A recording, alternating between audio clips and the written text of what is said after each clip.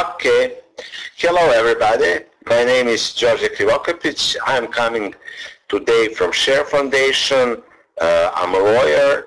I also work at Faculty of Organizational Sciences at University of Belgrade, where I teach business and IT law subjects, while in Share Foundation I work as a legal and policy director. Today I will present this presentation together with my colleagues from both Share Foundation and Faculty of Organizational Sciences. We'll talk about professionalization of standards of handling and processing data in public institutions and about the guide for handling personal data in public sector. Beside me, there'll be also three other speakers. First, Djordje Krivokapić, who is a lawyer who will explain more about the project we had and the process of data collection and the main research results. Then we'll have Ivan Todorović, who will talk about organizational aspects, and Andrej Petrovski, who will talk more about tech perspectives of this subject. So we'll try that each of us talk around 10 minutes, and then we have some time also for questions. Where this story starts. We live in Serbia, where we have one really special situation, namely 5.2 million of personal identification numbers together with other personal data went wild because of the Agency for Privatization. What really happened? On the website of the Agency for Privatization, there was a database about personal data of 5 million Serbian citizens, what are in fact also almost all Serbian citizens which are older than 25 years. That file was there on a website and was also indexed by Google, so we don't really know how many people have reached that file because it was a really big one, 1.2 gigabytes. But what was definitely the fact that the file was freely available on the internet during at least 9 to 11 months. So there is no any estimation at this moment how many people downloaded the file. We as a Share Foundation realized that file is available, so we submitted a notice to the Commissioner for Data Protection, who then contacted the agency, and the file was removed, but the damage was already made. So because of that fact, we at the moment in Serbia have personal identification numbers and other personal information about dominant majority of population freely available on the net. So these personal identification numbers have been compromised, and they should not be used as an identificator or authenticator regarding public services in future. Regardless of that fact, we still have the problem, and as you can see on the other side of this slide, you can see one new register where people could get info on their fines, administrative fines they didn't pay, all solely based on their personal identification number, what provide different problems with this database, because in fact everybody could know information about anybody other. So these are just some of the practical problems. So therefore we decided to do really extensive research in this area, which will be subject of a talk of my colleagues afterwards. But before that, I will just tell a couple of more words regarding the practices, especially bad practices in the public sector regarding handling and processing data, regardless of the fact are these data personal data or not. First, in Serbia, and I suppose in other countries in the region, a lot of data are stored still in a paper form, and it's very hard to find where they are and are there any procedures regarding archiving this data in paper form. But that's not the only problem. The problem is especially important when we have an exchange of data regarding different public institutions, that this exchange of data can be done in different manners. Research is showing that public institutions very often exchange their data, especially personal data, by just using post office.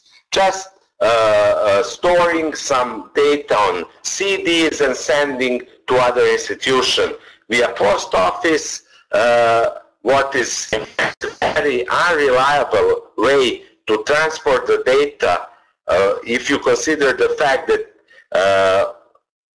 that a couple of percents of all post deliveries are lost. So there are some big data breaches which happen because of the fact that some CDs were lost on the way from one institution to another via post office. So this practice is not good at all, especially when we talk about personal data. The second thing is exchanging data via email. What can produce different kind of problems in practice, especially if you are sending data to the personal email of some person.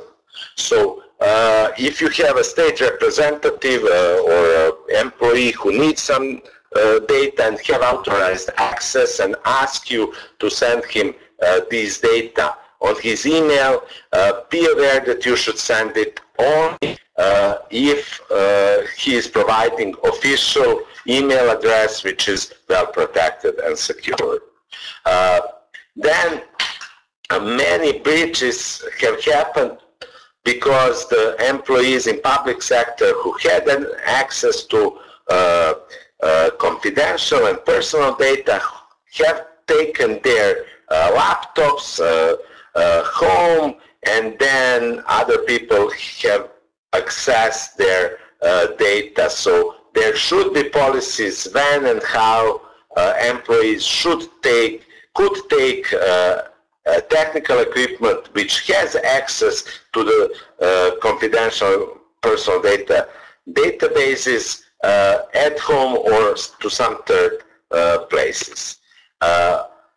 Then USB drives are the most common reason for data breaches. Namely, USB drives contain a lot of different data which are used in everyday work in public institutions, and quite often these data, when transferred for some specific purpose, have not been removed, and then later on they're lost somewhere, so somebody can get access to this sensitive data.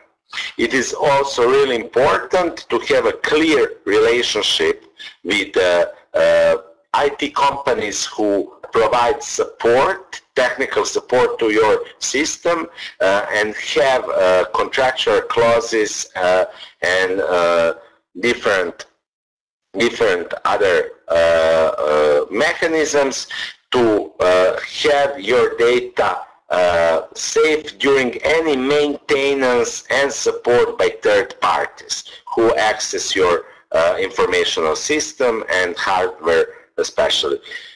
Those cases are quite often that during these support, some data might get deleted or missed in some manner.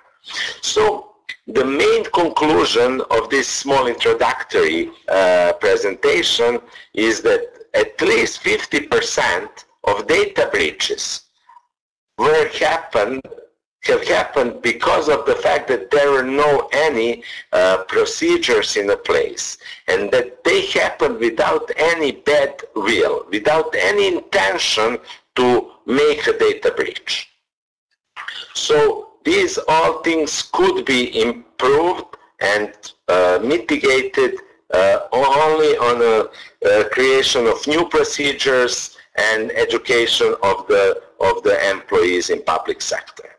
However, the other 50% are the outcome of some malicious activities done by either, let's say, hackers, people from outside the system who want to penetrate the system and get data out, or more often by the people who were in the organization or in association with your organization, who know the value and have some kind of access to the data and see the opportunity how they can make some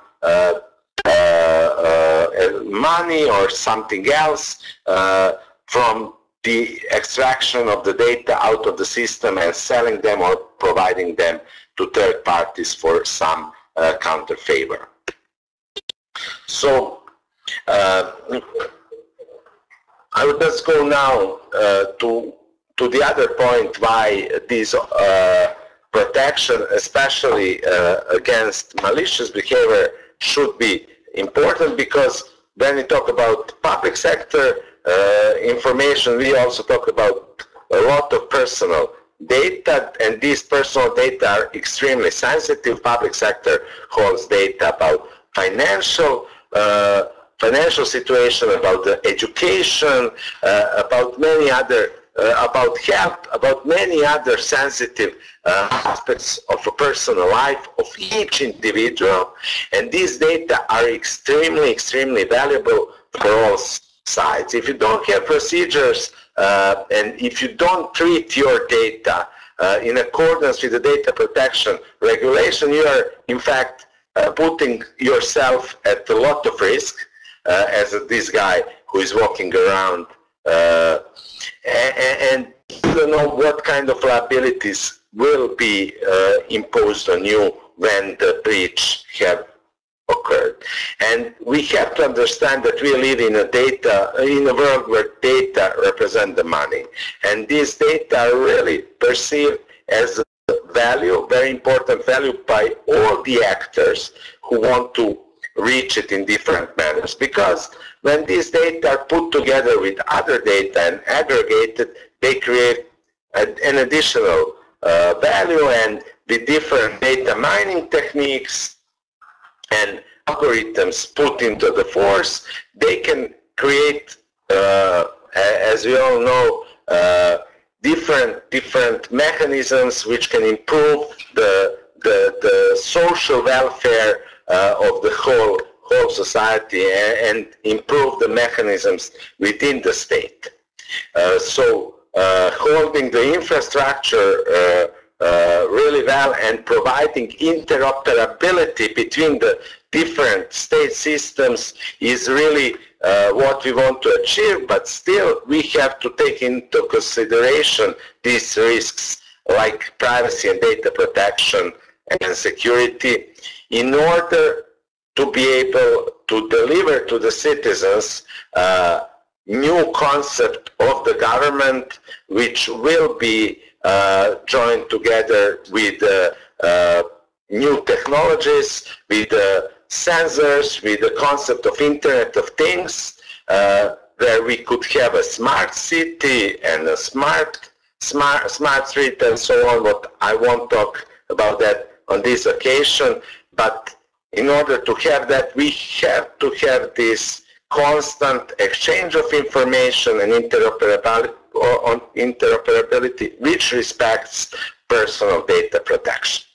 So right now I will stop here and transfer this webinar to my colleague Djordje Krivokapić, who will talk more about our research and how we gather the data in this process and what are the main outputs of this research. Thank you so much.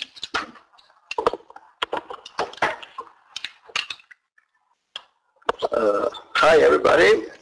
So Djordje gave you a really broad concept and definition of data protection. I will try now to speak a bit more narrowly about our project. So this project was funded by USAID, and right after this incident that happened in Agency for Privatization, we realized that it's really important for us to see how is data processing happening in other public institutions. So we tried to find 6 representative data controllers in public sector.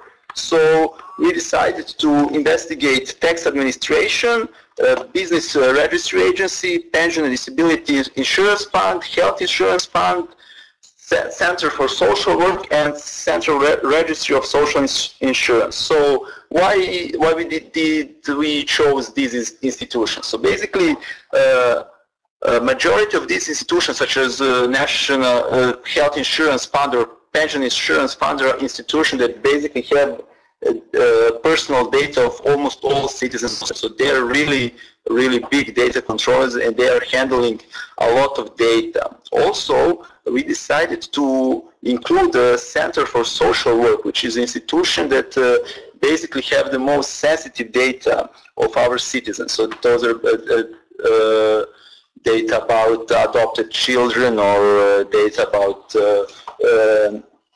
people who suffered some kind of violence and so on. So you can understand why this institution is really important to have really good procedure for data protection. Also, business registry agency was included, and this is an institution that is a bit different than the others, because basically what they're trying to do is deal with not so much personal data, but more business data, and transparency. Transparency is maybe the most important value in this institution, but also we should never forget data protection. So when we approach this this institution, we saw them from 3 aspects. It's legal, organizational, and technical aspects. So basically, there were 3 teams in our team. There was a legal team, where was I and Djordje and other lawyers, and we basically tried to see do these institutions comply with the law on data protection, and do they understand the law on data protection. And on the other hand, we had 2 other teams, organizational team, which were our colleagues from Faculty of Organizational Science, and we have a technical team where we're all technical experts. So we will later go more into them. So this is maybe the first methodology that we made. Although it's in Serbia, I can see that a lot of you will be able to understand it. So basically, what we try to do is to somehow make a roadmap of data, of personal data in public sector. So basically, we try to see how is that our personal data are coming to public sector, how are they gathering it, are we giving them through some forms, are they getting it from other institutions, and what kind of databases do they have. And then we went to see what kind of processing of data are these institutions do? What are they doing basically with our data? Where do they keep it? How their employees can use this data? And at the end, we try to see do these institutions are giving our data to some other entities, some other institutions, maybe some private companies, some maybe to law enforcement institution, and so on. So at the end of this process, basically we have a lot of outputs. So maybe the most important output that we will present next week is a guide for handling personal data in public sector. So we basically managed to make one guide that we think it's going to be really helpful for people and employees in public institutions who are dealing with personal data.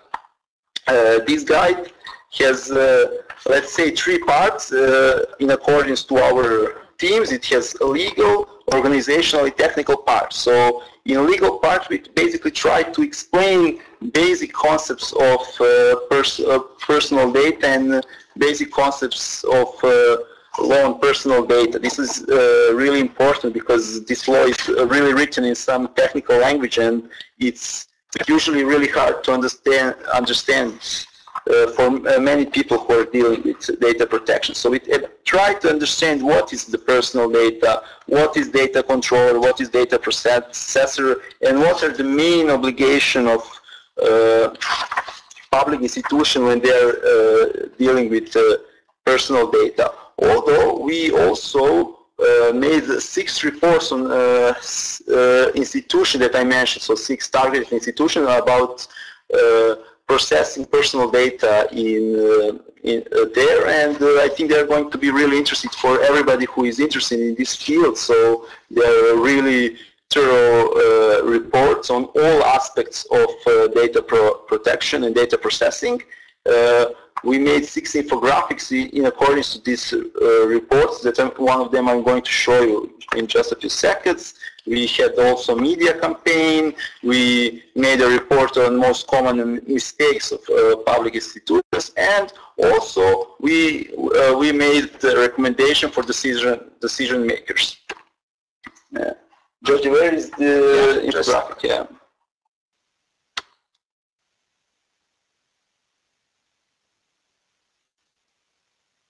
So yeah, this is one of infographics. This is the business register agency infographics. So I'm just going to show you what basically we did. So just a sec. Let me. Yeah. So at the end, we try to see, at the beginning, we try to see what are these data that business registry agency has. So, and what is the how are they getting this data? So this is all the data that business registry has. As you can see, there is a lot, and there is a many ways how they are getting this data. And then this is really hard to maneuver. And here in the middle. In the middle, we have informational system of business register agency, and at the end, we can see who is getting all this data. So who are the users of our data? Here are some other institutions. Some of these data are public. Some of these data can be used, can be seen by technical support, and so on and so on. So basically, we did this for all 6 institutions. I think this is also going to be public, and I think this is going to be really interesting for you. So I wouldn't go a lot further now. I would give a word to Ivan Todorovic, our colleague from Faculty of Organizational Science, who basically did the work on organizational aspects of processing data. Thank you, Danilo. Everyone, my colleague Stefan Komazec and I did, as Danilo mentioned, this part about organizational issues of data protection in the institution that we analyzed. And Djordje, just how to go to my slides now.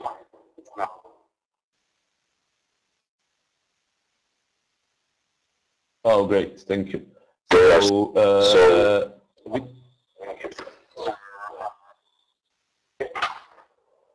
So our main research topic were organizational issues, where we analyzed several main problems.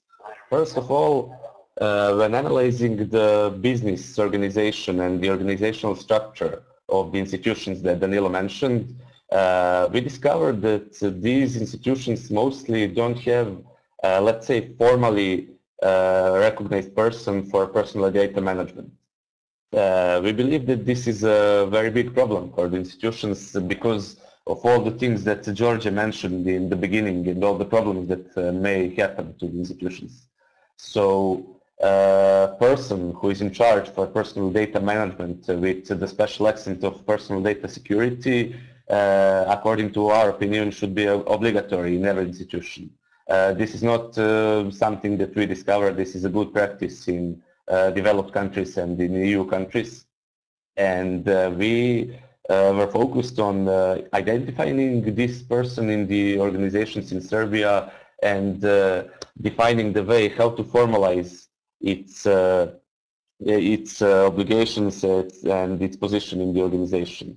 So when we analyzed the scope of work that this person should, let's say, be in charge of, and through the discussion with representatives of all the institutions, we concluded that no exclusive workplace should be defined.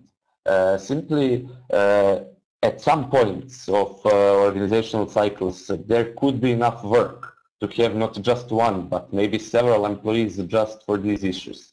But that's not a constant work. And what's more important, this work is not so homogeneous. It's very various, multidisciplinary, and it would be very difficult for the institutions to get the staff with all the necessary knowledge. So our idea is to formally appoint some person from top management of the organization to be in charge for personal data management at strategic level, and of course to have more employees for the operational tasks and implementing the strategic decisions regarding personal data security and personal data management. Why it should be somebody from top management? Well, simply because of the importance of personal data protection, especially in public institutions. Simply, if it wouldn't be somebody from top management, this issue in Serbian institutions would be recognized as significant. But if we have somebody from top management who is in charge of this issue and who puts the strength on this issue in the organization, then these strategic issues can be and will be implemented in, let's say, more adequate and more rapid way. So this person from top management should be appointed at, let's say, one of two ways that we propose.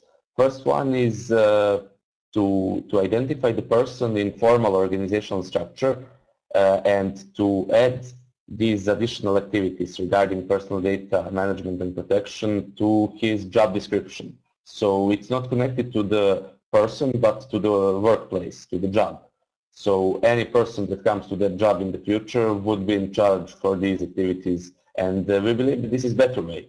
This is more formal and better way. This is a systematic solution that will, let's say, last forever despite the employees, the person who are currently in the organization. But we are on the other hand aware that especially in Serbia, public institutions have problems that some people do more activities than their job description demands. And some people are more suitable for these issues despite they're not on the workplace or job that should be, according to any logical sense, be in charge for data protection. So if the institutions have these problems, and mostly they have, we propose another solution that some person that is, let's say, recognized in the organization, has a good position, has enough knowledge and skills, and is not to say admired, but let's say respected by the colleagues, can be named formally for the data protection, personal data protection by the special decision of general manager. And this way, it's not connected to the job description, to the concrete job, but to the person. And it's okay solution for Serbian institutions, having in mind their organizational structure and current situation with staff.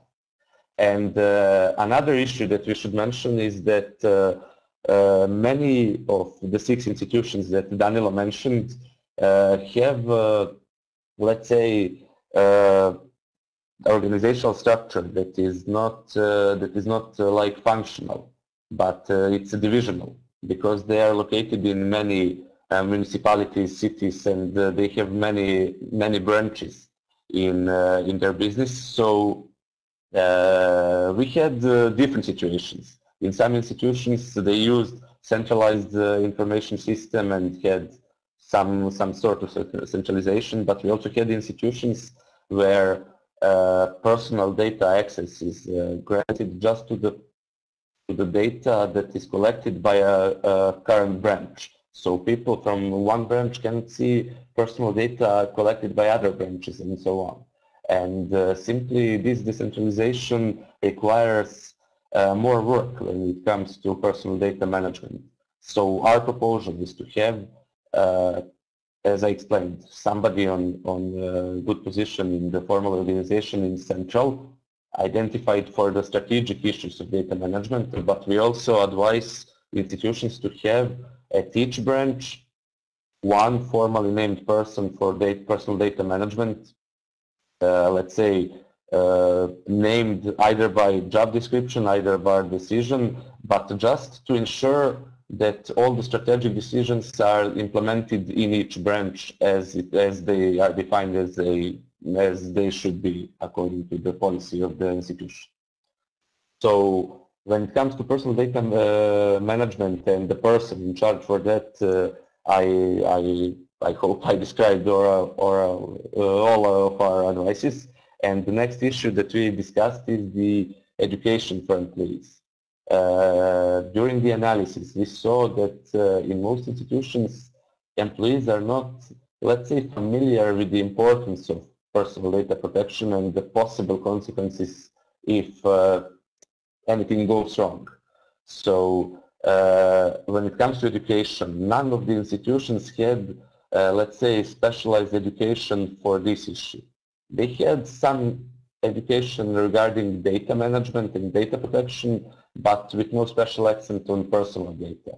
Employees don't know what personal data are in most situations and how they should manage it, and what are the rights of people whose data are collected and managed. So we definitely advise the institutions to provide adequate education for their employees, and we believe that these educations should be organized at two levels. First of all, when new employees come to the organization, he or she should be introduced to all the data that are managed in the organization, but with special accent to personal data, about the importance of personal data management in adequate level and according to the law, and about possible consequences. But this shouldn't be just ex cathedra. We propose some case study approach where concrete cases written especially for the institution that is where the employee starts working, with concrete examples of the data collected by these institutions, by maybe some examples of data leaking or some problems that were identified in the past, and to show the employees what are the risks on their everyday job, not just conceptual, but to have more practical approach in this education regarding data protection. And that's of course not enough, and these additional educations should be organized periodically. Like in Serbia, we have, for example, for the safety issues and management in case of fire in the organization and so on, we have periodical education. So we believe that something like this could be organized regarding data protection, and of course to organize some sort of tests, not influencing the salary or position of employees or so on, but just to check their perception and knowledge regarding this issue, and to ensure that they have enough consciousness and knowledge when it comes to personal data protection. And when it comes to these tests and education, we strongly advise, and I hope we will be working on that in the future, to implement some sort of gamification. We saw good examples in the other countries and the other foreign institutions, and maybe Djordje will mention this a little bit more later. But gamification is proved to be one of the best learning methods. So we propose developing more practical and concrete examples using gamification that should ensure that employees won't be too bored for these educational tests, but also to ensure more perception and more level of gaining knowledge. That's it when it comes to education. And the next issue is maybe the most important. We tried to analyze whether the organizations that were part of the project pay attention to the level of access to personal data, especially when it comes to all stakeholders, but especially to employees. I will try to be more precise. We tried to see whether the data access levels and the roles, I say roles because most of the data that we analyzed are saved in electronic databases, so we have some kind of online approach to the data. So we tried to check whether the roles, the rights that employees have with the data and the access level is in accordance with business processes. Do the employees see enough data for doing their everyday work, but are the data that they don't require for performing their activities restricted for them? I believe that this is very important because, as Danilo explained, we have cases where institutions provide, let's say, very, very sensitive data, and this data should be, access to this data should be limited only for those people who, let's say, need it for performing their job description, their activities that are assigned to their workplace.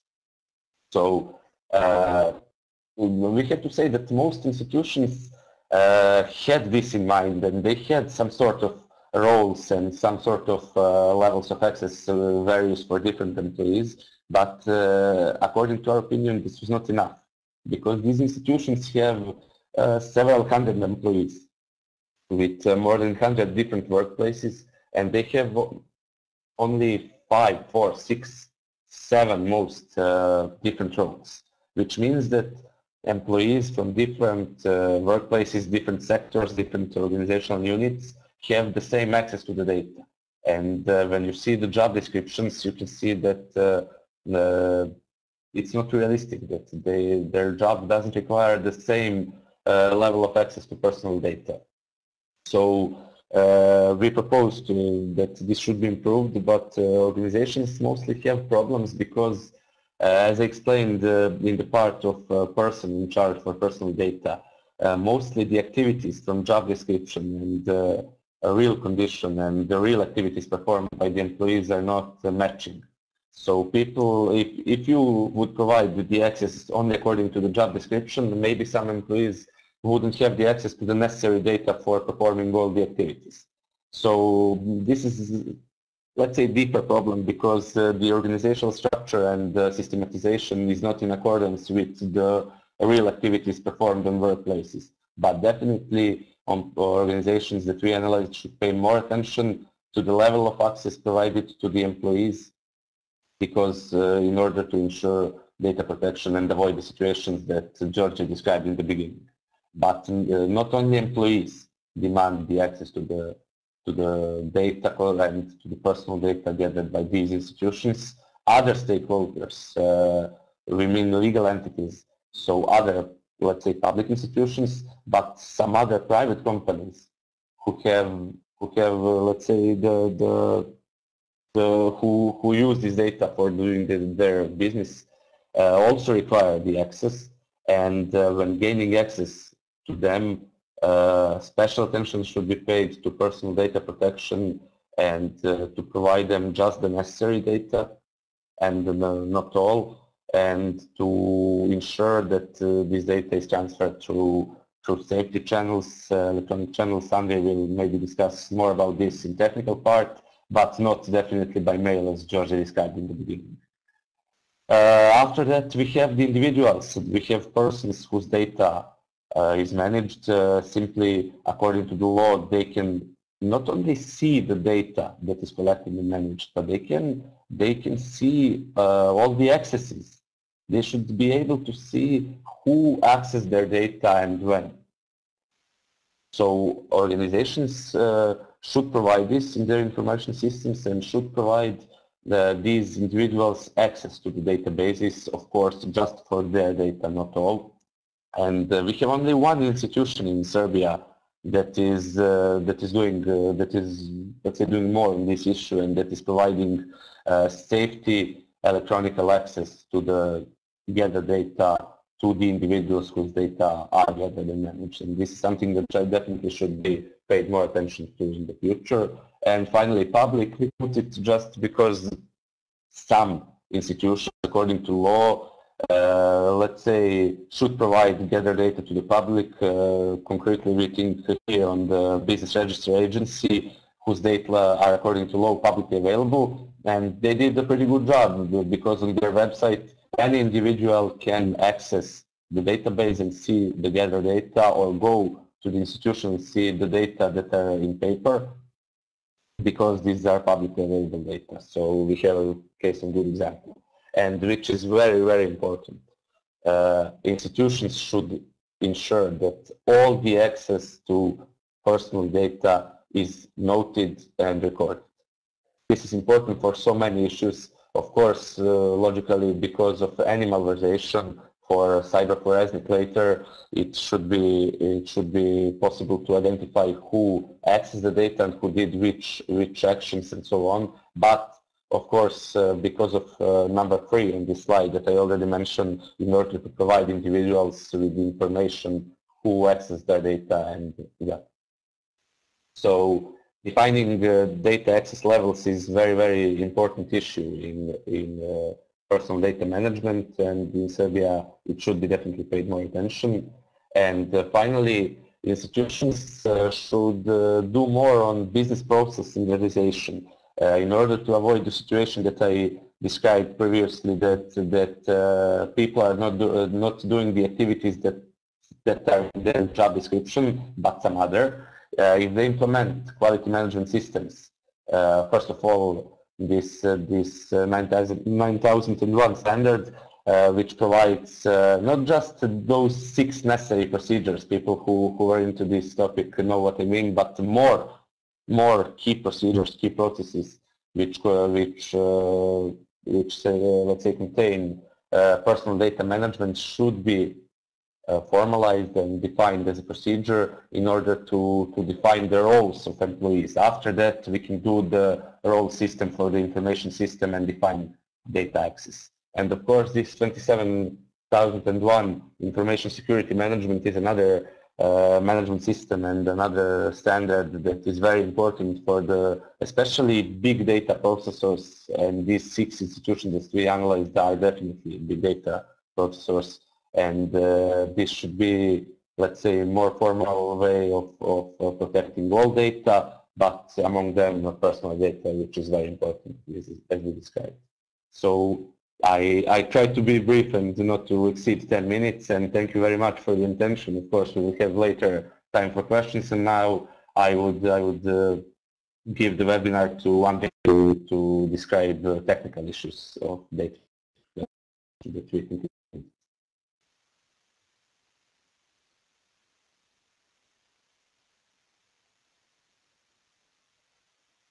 Hello everybody, hope you can hear me. Just let me switch to, how do I switch?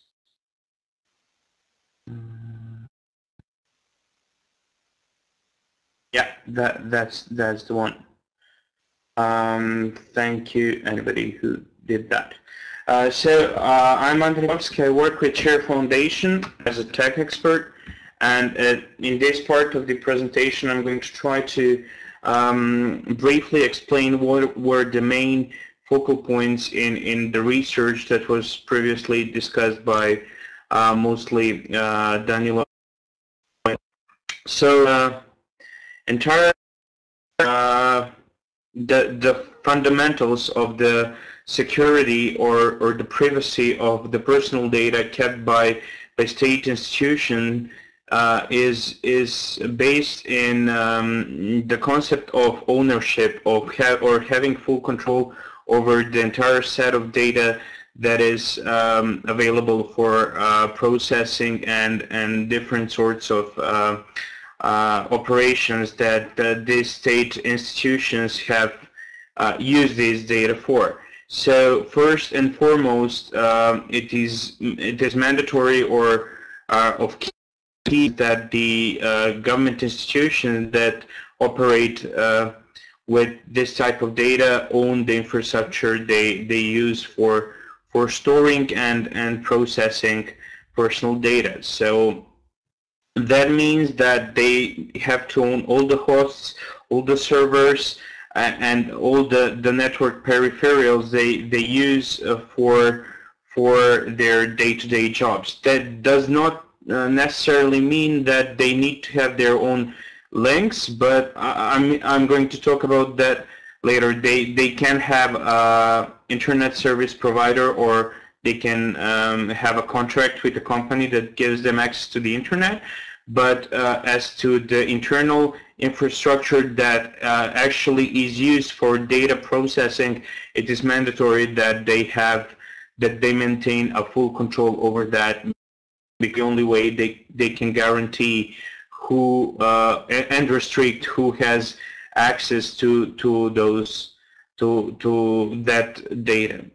So having said that, I'm going to jump to the other part of the information system, which is not the hardware but the software.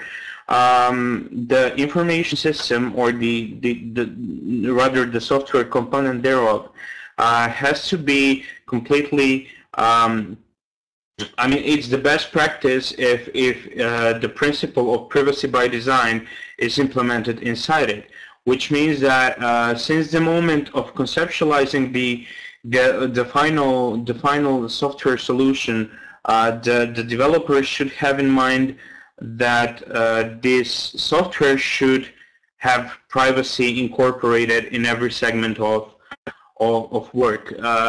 To achieve that, it requires a little bit of additional work compared to just writing what you need the program to do and sending that to your developers.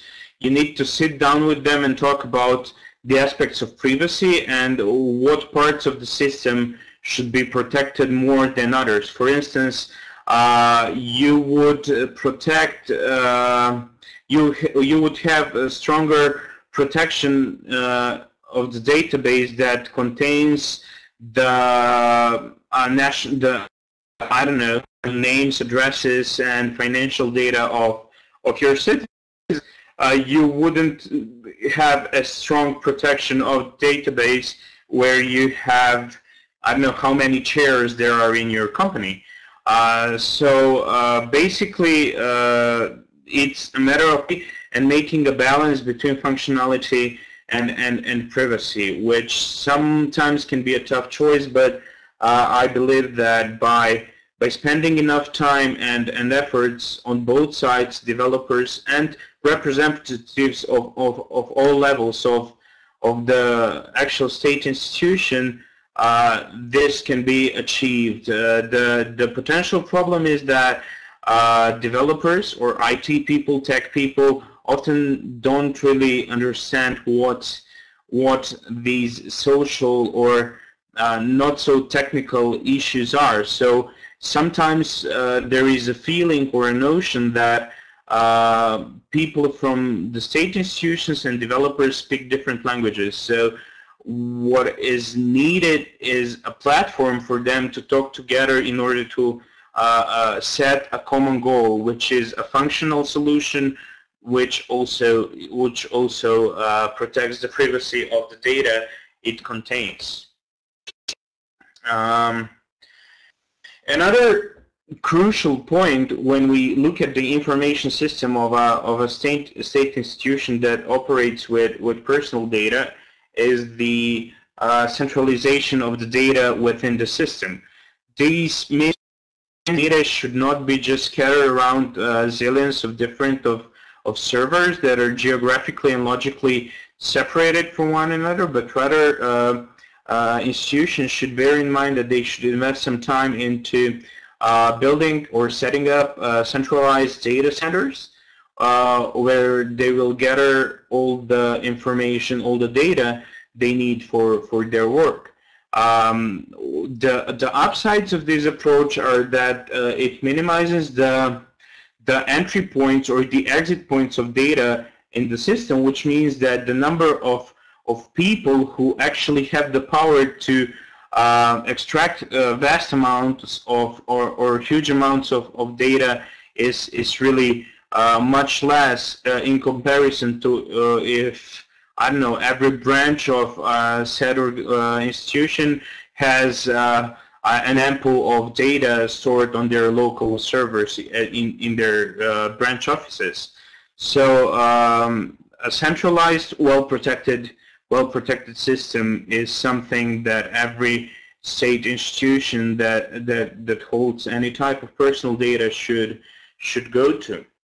The issue of the cloud is something that is really hot these days in so many ways, and its possibilities should be exploited in every positive way there is. However, the issue with the cloud is what I said first and foremost in this presentation, that if you use a commercial cloud, it is really hard to maintain a full control over the entire set of data that you own. So basically, for state institutions, there should be something like a state-owned national government-managed cloud service that will be used exclusively for state institutions that need to process data. For storage and data processing. So basically, there in Serbia, a good example of that would be the UZPRO, or the Coordination Center for Cooperation between the state institutions, which is a separate organization that kind of coordinates communication between different sets of institutions.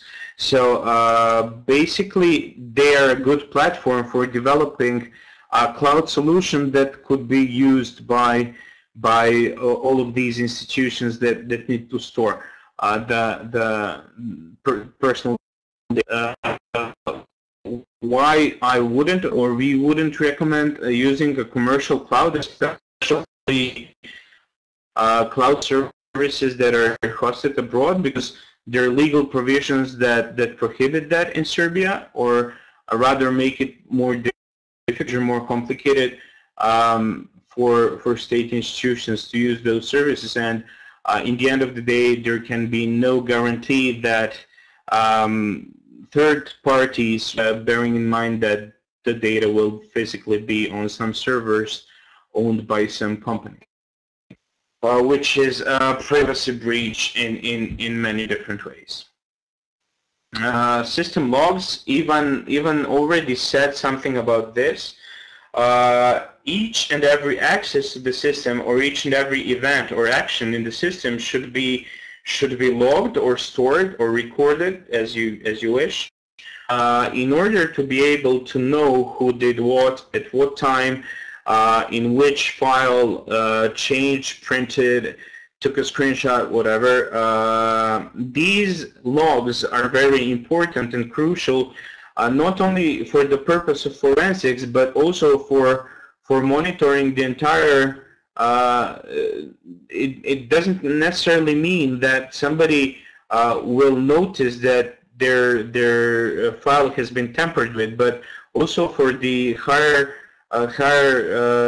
positions or the management positions to see whether some breaches or bugs in the system, because people that operate the system should not be allowed to access parts of the system they're not authorized to. So if the system lets them go to places they're not allowed to, then you should do something about the system. Anyway, the detailness of the logs is always a question of compromise or a balance, because you cannot store absolutely everything because of reasons of optimization of the process. It will take too much memory and too much time to do that. So basically, what you need to do is find order the crucial information you need in case something goes wrong.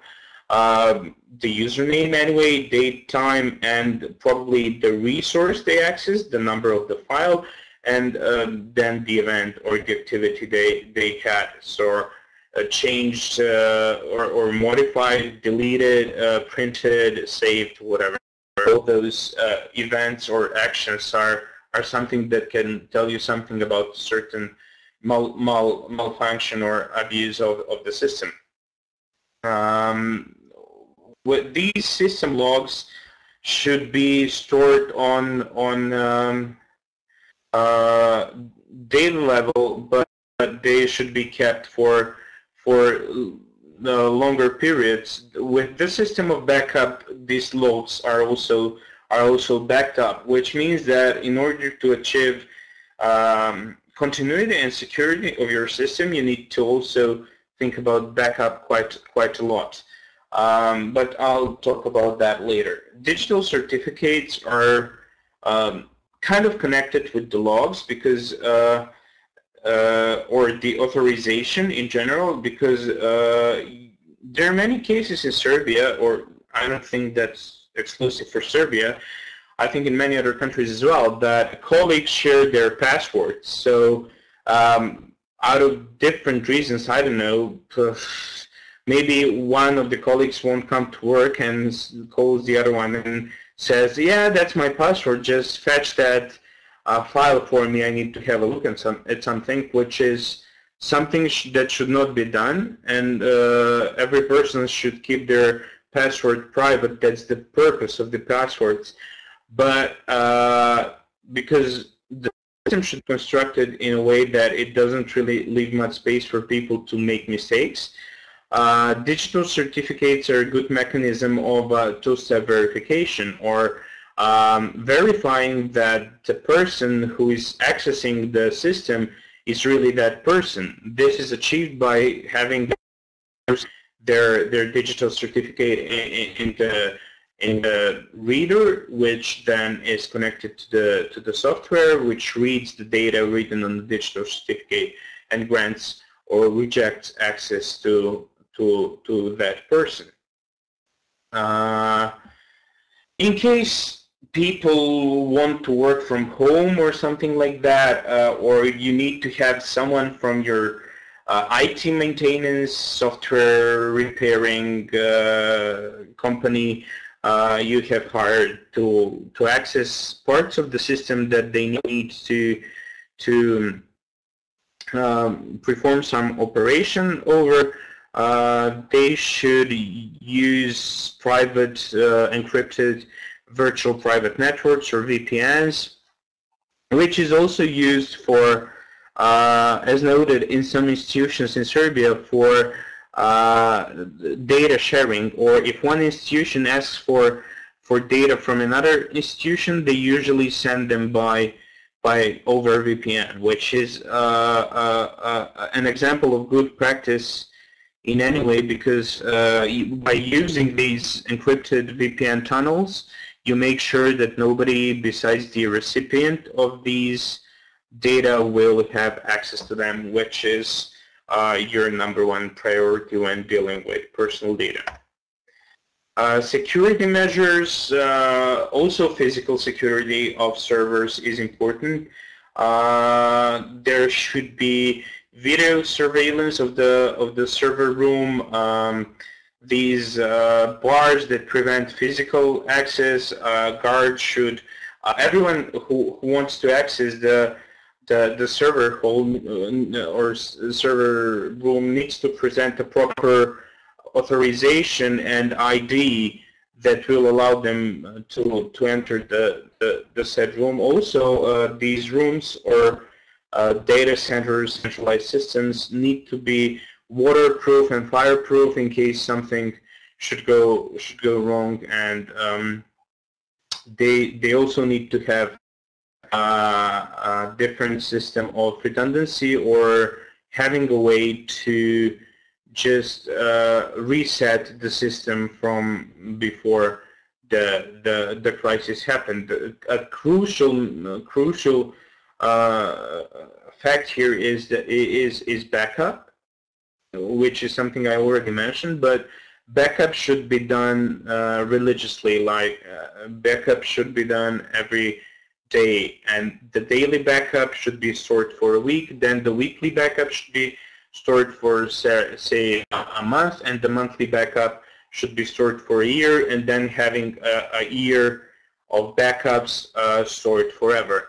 That way you protect the entire system, and you can retrieve files that existed back, I don't know, several years ago, and you also have the logs, and you can see who did what at that time.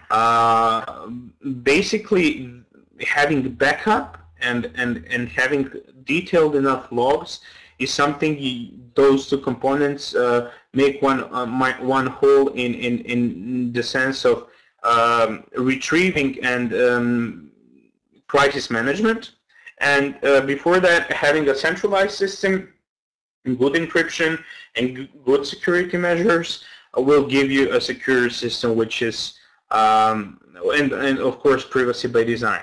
Also, the institution, each institution should have their own internal rules on data handling, crisis management, and all the other aspects of technical protection of personal data there is, and some of them are part of the ISO 27001 standard. But even institutions that don't have those standards should have their own policy papers on how their employees use or operate with personal data. That's briefly the entire overview of what we did and what we found out within these projects.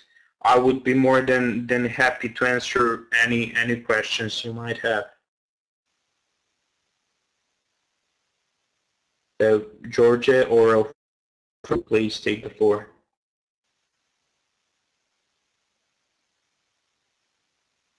Hello, everyone. If you want to ask a question, of our students wish to ask any of the questions, you can type them in the chat box on the right-hand side of the webinar room. You'll see an area called chat box, public, and type it into the public box.